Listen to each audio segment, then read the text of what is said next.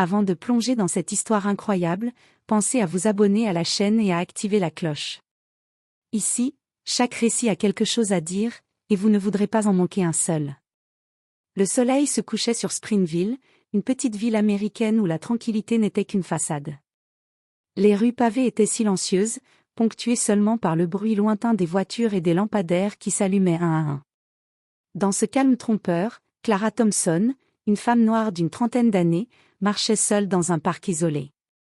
Sa démarche était rapide, presque nerveuse, mais chaque mouvement révélait une élégance naturelle et une assurance silencieuse. Clara venait de terminer une réunion importante dans le centre-ville. Elle avait passé la journée à défendre les droits civiques pour une association locale et se sentait épuisée mais satisfaite.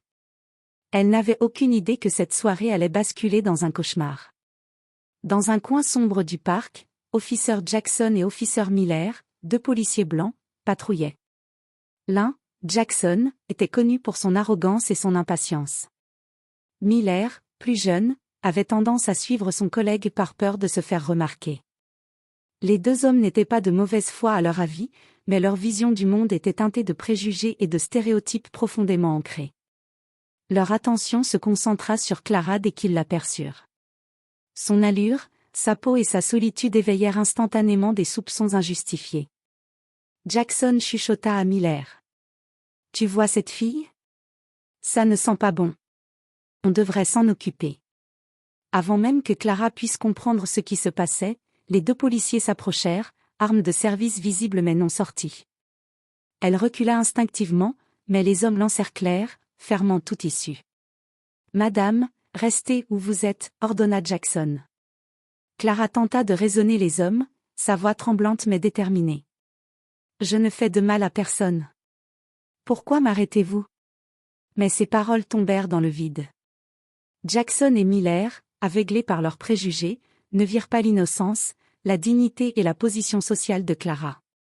Dans un geste impulsif et humiliant, ils la menottèrent et l'attachèrent à un arbre, au centre du parc, sous les lumières jaunes des lampadaires qui accentuaient le drame de la scène. Alors que Clara luttait contre l'injustice, des passants se faufilaient à distance, incapables de réagir. Les policiers, eux, se congratulaient presque, convaincus d'agir pour la sécurité de la ville. Mais ils ignoraient une vérité capitale, Clara Thompson n'était pas une femme ordinaire, et leur acte allait leur coûter très cher. Les menottes cliquetaient autour des poignets de Clara, sa respiration s'accélérait, mais son regard restait ferme et digne. L'arbre auquel elle était attachée se dressait comme un témoin silencieux de l'injustice qui se déroulait. Le vent faisait bruisser les feuilles, mais aucun son naturel ne pouvait couvrir la tension qui pesait dans l'air.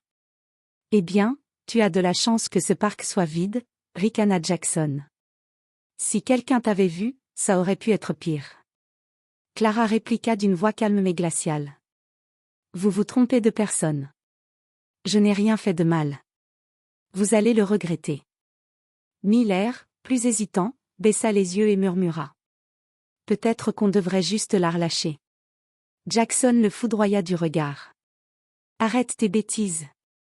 Personne ne conteste mes décisions. » Alors qu'il parlait, des passants commençaient à remarquer la scène. Une vieille femme qui promenait son chien cria depuis le trottoir. « Pourquoi vous faites ça ? Elle n'a rien fait. » Jackson haussa les épaules et répondit avec arrogance. « C'est pour la sécurité de tout le monde. Restez en dehors de ça. » Clara sentit la colère monter, mais elle la canalisa. Elle connaissait le pouvoir du silence et de la dignité face à l'injustice.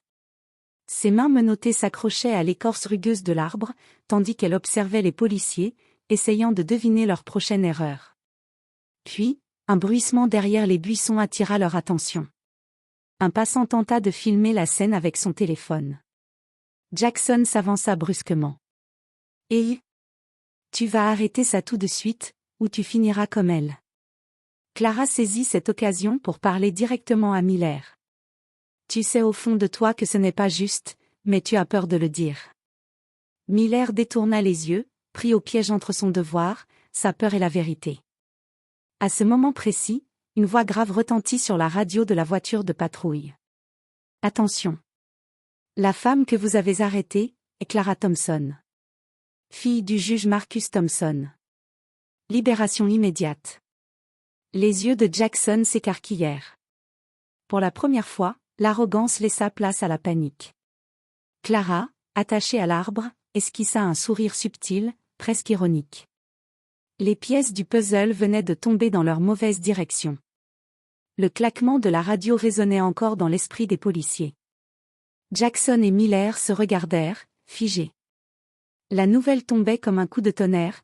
Clara Thompson n'était pas une simple femme perdue dans le parc, elle était la fille de Marcus Thompson, juge respecté du comté. Clara, toujours attachée à l'arbre, croisa les bras et fixa les deux hommes. Son sourire était calme, mais ses yeux brûlaient d'une détermination glaciale. « Alors, vous savez enfin à qui vous avez affaire, dit-elle doucement, chaque mot pesé et précis. Jackson tenta de bafouiller une excuse, la voix tremblante. « Nous ne savions pas. Nous pensions. » « Vous ne pensiez rien du tout, » l'interrompit Clara. « Vous avez agi selon vos préjugés. Rien d'autre. » Miller baissa les yeux, honteux, mais Jackson resta obstiné, refusant de montrer toute faiblesse. Pourtant, la tension monta d'un cran lorsqu'une voiture noire arriva en trombe dans le parc. Le moteur rugit, et de la portière sortit Marcus Thompson, le juge lui-même, entouré de 2 officiers. « Qu'est-ce que cela signifie ?» demanda Marcus d'une voix glaciale. Sa présence imposait immédiatement le silence. Jackson et Miller se jetèrent sur leurs mots, tentant de se justifier, mais tout semblait insignifiant face à l'autorité et à l'influence de Marcus. La situation devint rapidement publique. Des témoins avaient commencé à filmer et à diffuser la scène en direct sur leur téléphone. Clara, détachée de l'arbre par son père et ses agents, se tenait maintenant devant les 2 policiers. Chaque mouvement de Marcus imposait le respect et le silence. « Vous pensiez pouvoir humilier une femme innocente sans conséquence, » dit Marcus, fixant Jackson droit dans les yeux. « Vous allez répondre de cet acte.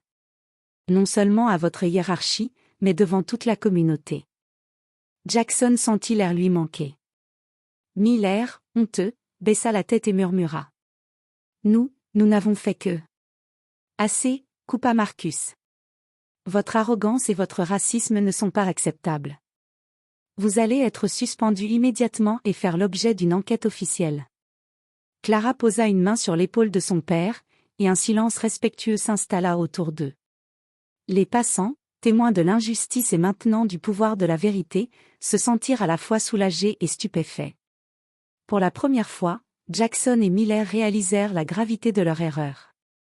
Ils avaient jugé une personne sur sa peau et sa solitude, ignorant totalement son identité et sa dignité. La leçon était dure, mais inévitable, la haine et les préjugés se retournent toujours contre ceux qui les pratiquent. La scène dans le parc était devenue rapidement un spectacle que personne n'avait prévu. Des passants, alertés par les cris et le bruit des sirènes, commençaient à s'attrouper à distance, sortant leur téléphone pour filmer. L'air était chargé de tension et d'incrédulité. Jackson et Miller, encore figés, étaient maintenant pleinement conscients de l'ampleur de leur erreur. Marcus Thompson, le juge, s'avança vers eux, accompagné de 2 inspecteurs et de sa fille Clara, libre mais ferme à ses côtés. Son regard, calme mais glacial, pesait sur eux comme un jugement immédiat. « Vous avez humilié ma fille », commença Marcus, chaque mot frappant comme un marteau. « Nous pensions. » Tenta de Jackson, mais sa voix tremblait, incapable de terminer la phrase. « Vous pensiez quoi exactement ?» l'interrompit Marcus. « Que vous pouviez juger et punir une femme sur sa couleur de peau ?» Clara observa la scène avec une dignité implacable. Ses yeux brillaient d'une colère froide, mais elle ne disait rien, laissant la force de sa présence parler pour elle. Miller, honteux, murmura presque pour lui-même. « Je n'ai jamais voulu. » « Ce n'est pas une question de vouloir ou de ne pas vouloir, » répliqua Marcus. « Vous avez agi selon vos préjugés. Et maintenant, toute la ville le sait. » Les caméras des témoins avaient commencé à diffuser la scène en direct sur les réseaux sociaux. L'information circulait à une vitesse fulgurante, et les réactions étaient unanimes, indignation, colère, et soutien à Clara.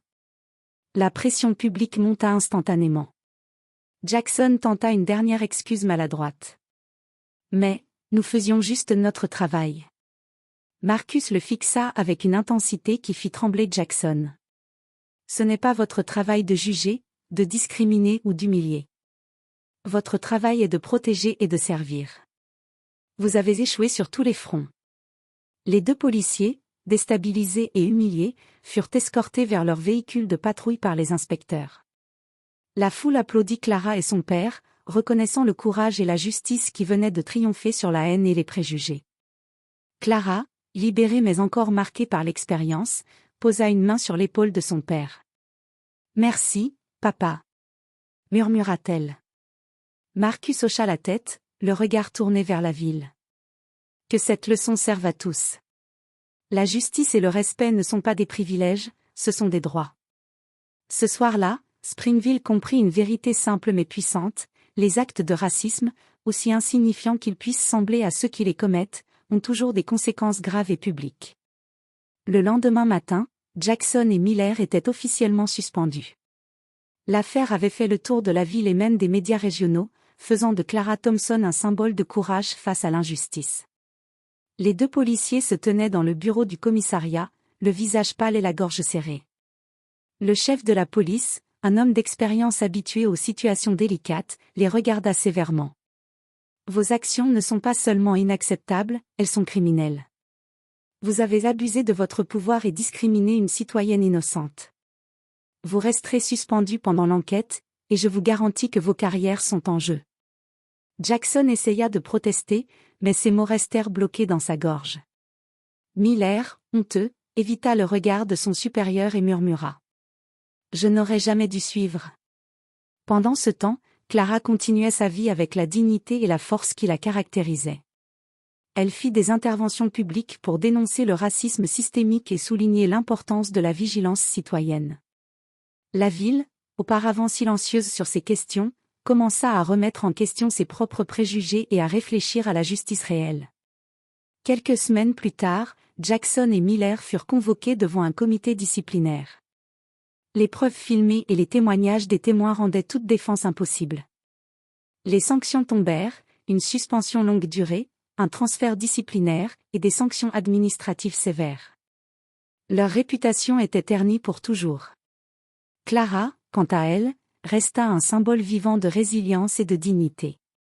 Elle sut que sa voix avait porté, que son courage avait inspiré et que la vérité triomphait toujours sur la haine. La morale de cette histoire resta gravée dans la mémoire de tous ceux qui y assistèrent. Juger quelqu'un sur sa couleur de peau ou son apparence peut avoir des conséquences irréversibles, et la justice finit toujours par révéler la vérité. Le parc de Springville, autrefois témoin d'un acte d'injustice choquant, devint pour beaucoup un symbole de vigilance, de respect et de courage. Clara Thompson, suspendue un instant à un arbre par des policiers aveuglés par le racisme, avait transformé l'humiliation en une leçon de vie universelle.